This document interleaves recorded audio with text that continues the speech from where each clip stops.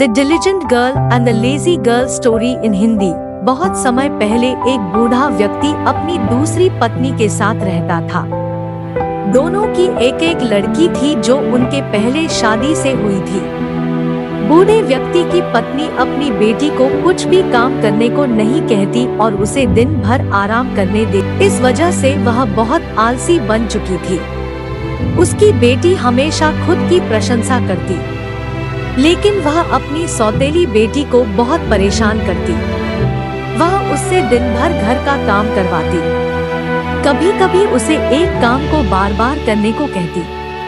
उसकी सौतेली बेटी बहुत ही अच्छी थी जो बिना शिकायत करे काम करती थी। एक दिन वह अपने पिताजी से बात करने पहुंची और उनसे बोली, पिताजी, मुझे लगता है कि अब मुझे बाहर जाकर कुछ पैसे कमाने चाहिए जिससे कि हम घर को और अच्छे से चला सके। इससे आपके इलाज के लिए भी पैसा आ जाएगा और हमारे घर की हालत भी अच्छी हो जाएंगी। हाँ मेरी बच्ची, तुम ठीक कह रही हो। वैसे भी तुम दिन भर काम करती रहती हो। इससे अच्छा अगर तुम किसी और के लिए काम करोगी तो तुम्हारे पास कुछ पैसे आ जाएंगे।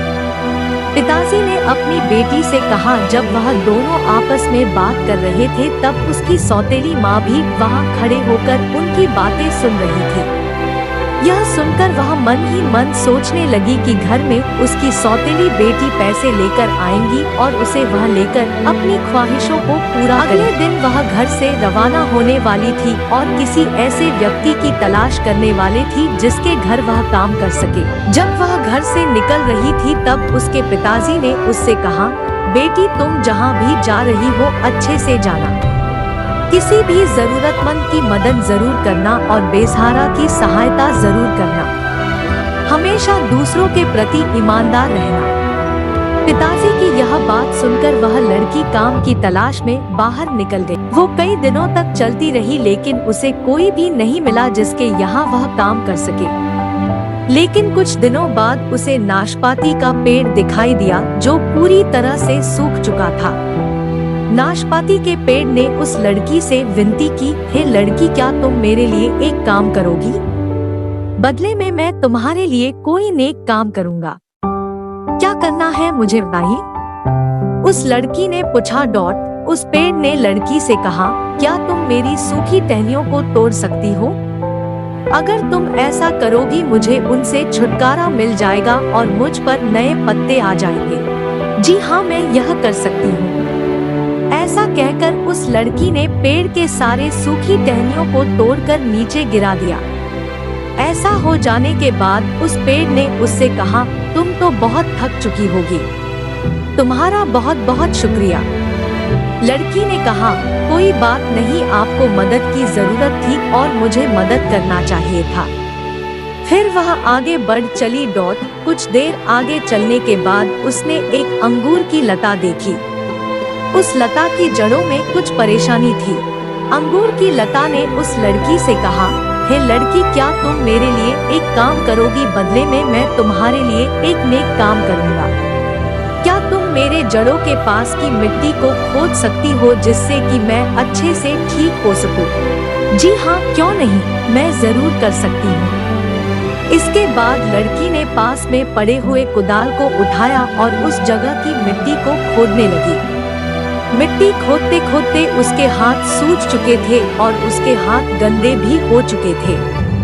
काम पूरा हो जाने के बाद अंगूर की लता ने उससे कहा, आपका बहुत बहुत शुक्रिया, लेकिन आपके हाथ सूज चुके हैं और गंदे हो चुके हैं। कोई बात नहीं, यह ठीक हो जाएगा। आपको मदद की जरूरत थी और मुझे मदद करना चाहिए था। यह कहकर वह आगे बढ़ चली। चलते चलते उसे एक तंदूर दिखा जिसकी हालत बहुत ही ज्यादा खराब थी। उसे देखकर समझ में आ सकता था कि कई दिनों तक उस पर कोई भी काम नहीं हुआ है। जैसे ही तंदूर ने लड़की को देखा वह उससे बोला, हे लड़की, क्या तुम मुझे ठीक कर सकती हो? बदले में मैं तुम्हारे लिए एक नेक काम करूँगा। हाँ, मैं तुम्हें अच्छे से ठीक कर सकती हूँ। ऐसा कहकर लड़की ने पास में पड़े मिट्टी को अपने पैरों से अच्छे से मिलाया।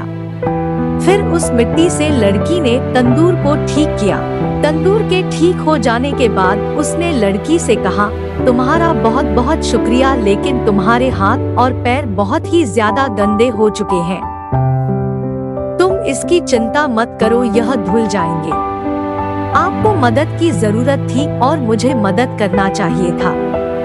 यह कहकर वह फिर से आगे बढ़ चली। चलते चलते उसे एक कुआं मिला। उस कुएं ने उससे कहा, क्या तुम मेरे अंदर का बासी पानी निकलकर मुझे अच्छे से साफ सकती हो? बदले में मैं तुम्हारे लिए एक नेक काम करूँगा। कोई भी मेरे पास आकर मेरा पानी नहीं पीता, क्योंकि मेरा पानी बासी हो चुका है। हाँ, मैं कर सकती हूँ। यह कहकर उस लड़की ने कुएं का सारा बासी पानी निकाला और उसे अच्छे से धोकर साफ किया। इसके बाद कुएं ने उसे शुक्रिया कहा। कोई बात नहीं, आपको मदद की जरूरत थी और मुझे मदद करना चाहिए था। लड़की ने कुएं से कहा। अब वह खुशी खुशी आगे बढ़ चली। कुछ देर आगे चलने के बाद उसे एक गंदा कुत्ता मिला। उस गंदे कुत्ते ने लड़की को देखकर कहा, हे लड़की, क्या तुम मुझे नहला सकती हो? मुझ पर बहुत ही ज्यादा धूल और मिट्टी लगा हुआ है। बदले में मैं तुम्हारे लिए एक नेक काम करूँगा। हाँ, यह मैं कर सकती हूँ। यह कहकर लड़की उस कुत्ते को नदी के पास ले गई। उसे अच्छे से नहलाया। नहलाने के बाद में कुत्ता बहुत ही अच्छा दिख रहा था। लड़की ने खुद भी अच्छे से नहाया और खुद को साफ किया। यह हो जाने के बाद कुत्ते ने उससे कहा, तुम्हारा बहुत बहुत ही बात नहीं, आपको मदद की जरूरत थी और मुझे मदद करना चाहिए था। उस लड़की ने कहा। वह फिर से आगे बढ़ चली। आगे चलते चलते उसे एक बड़ा सा महल दिखाई दिया। उसने सोचा कि वह महल के अंदर जाएगी और काम मांगेगी। अंदर 7 परियां थी। उन 7 ने उससे कहा, तुम्हें घर का अच्छे से सफाई करना होगा। यहाँ कुल 7 कमरे हैं, जिनमें से तुम्हें सिर्फ और सिर्फ 6 की सफाई करनी है और 7वें कमरे को खोल कर नहीं देखना है। जी हाँ, मैं वैसा ही करूँगी जैसा आप कह रही है। लड़की ने उनसे कहा। इसके बाद वह लड़की बहुत ही अच्छे से महल की साफ सफाई करने लगी और बाकी के 6 कमरों की भी सफाई बहुत अच्छे से करती। उसने कभी भी 7वें कमरे की ओर नहीं देखा। काम करते करते 2 महीना बीत गया। 2 महीनों के बाद उस लड़की को ढेर सारे पैसे मिले। परियों ने उससे पूछा, तुमने 7वें कमरे पर जाने की कोशिश क्यों नहीं की? क्योंकि मेरे पिताजी ने मुझसे कहा था कि अपने काम के प्रति और दूसरों के प्रति ईमानदार होना जरूरी है, इसलिए मैंने कभी उसके बारे में सोचा ही नहीं। लड़की की यह बात सुनकर परिया बहुत खुश हुई। फिर परिया उसे 7वें कमरे में ले गई। जैसे ही उन्होंने 7वां कमरा खोला, वहाँ पर बहुत सारे सोने और चांदी के सिक्के थे।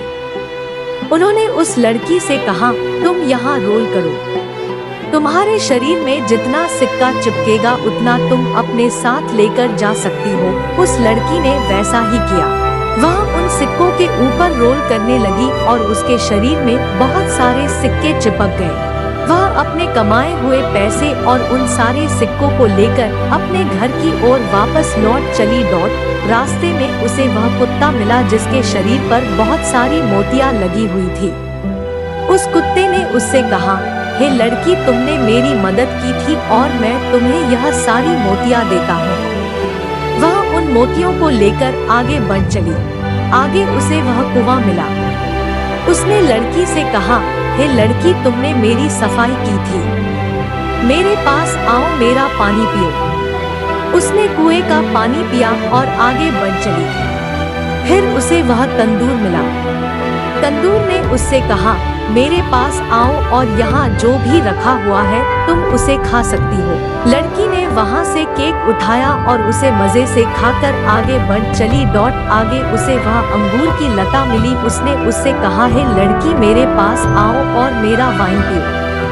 लड़की ने उसका ढेर सारा वाइन पिया और अपने घर के लिए थोड़ा सा ले ली। इसके बाद वह आगे बढ़ चली। आगे जाकर उसे वह नाशपाती का पेड़ मिला। पेड़ ने उससे कहा, हे लड़की, मेरे पास आओ और मेरा फल खाओ।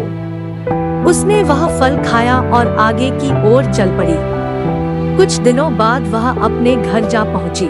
जैसे ही वह घर पहुंची उसने देखा कि उसके पिताजी पहले से और भी ज्यादा अच्छे थे।